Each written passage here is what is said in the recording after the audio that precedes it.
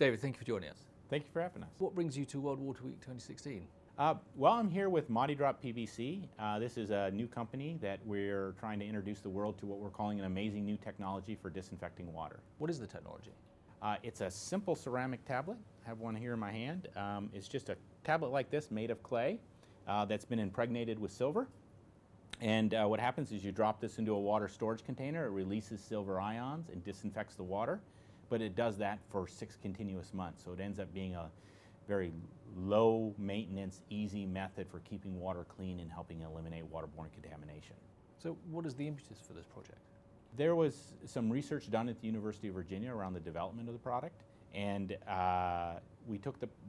they approached us about bringing the product to market, knowing that the need for addressing waterborne contamination is so large in the world as a whole, and we basically took it and said, okay, let's try to move that into the commercial sphere and try to create a usable, applicable product. How effective is it? It's incredibly effective. So the water that we've thrown at it, sort of the dirtiest, most contaminated water we can find, in 24 hours knocks out all the coliform and E. coli bacteria that we measure in the initial test that we do. But it's been extensively tested. They've done thousands and thousands of tests on it. It works very well. It's based on a simple concept of more time in the water, better disinfection. So if somebody's water supply is relatively clean, it works great overnight, removing sort of residual levels of contamination. If the water's from an unprotected source like a river or some other type of surface water, and you'd leave it in there for 24 hours or let it soak for 24 hours and they'll knock out just about everything in the water.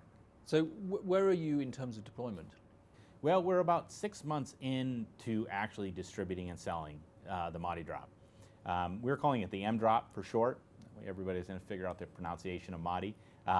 So over 6 months, we've been able to deploy about 45 projects, really working directly with groups that are doing the service work on the ground, usually NGOs or development organizations of some sort, in about 25 different countries. What is your long-term goal for the MDrop?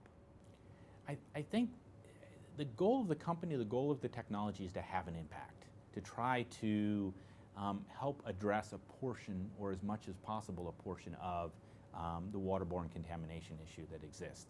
It's kind of ironic that here we are in the 21st century and we're still dealing with an age-old issue of fecal contamination in water. And so many people, I heard today 1 in 3 people in the world somehow have to deal with contaminated levels of water. That's a huge portion, a third of the global population. So, you know, there should be in today's day and age easy ways to address that are low cost, simple to use, don't require a lot of money and complicated maintenance and monitoring, and this kind of fits those parameters. It's simple, easy, you just drop it in there, it just does its job, it just works, and you don't have to mess around with it. So what are your next steps? Really the challenge now is getting it out to that global sphere of users. Our market isn't the developed world. It's not the United States or Europe or any other places that can afford better solutions and other types of solutions, and there's lots of water products out there. Our challenge is getting it to the developing part of the world where you do not have established distribution channels. Also in a sector like the humanitarian and development sector, which is not the tightest organized or the tightest structured, so it's all over the place. It's constantly changing, evolving. So it just adds a lot of complexity and challenges to the process. And how are you perceiving that deployment will roll out? Are you seeing it as part of a humanitarian effort, or is it something that you're selling into a market, or how is that deployment working?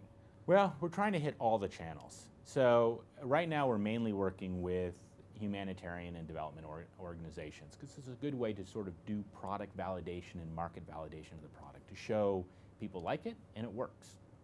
The next stage is to try to, and the goal of the business is to really to move them on larger volumes. The more of them you move, the more people you're helping, the larger impact it has. So getting some of the larger players in this sector involved, folks like USAID or the Gates Foundation or Brock or somebody else who's doing huge scale work on this in this area.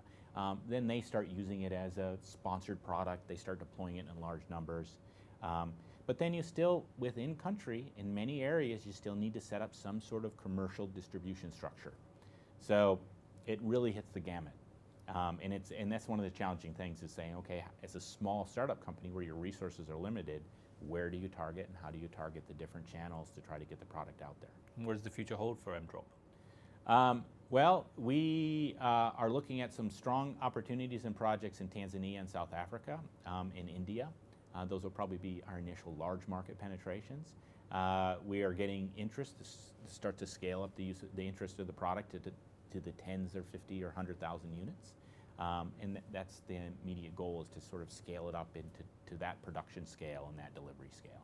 David, thank you very much for joining us. My pleasure. Thank you for having me.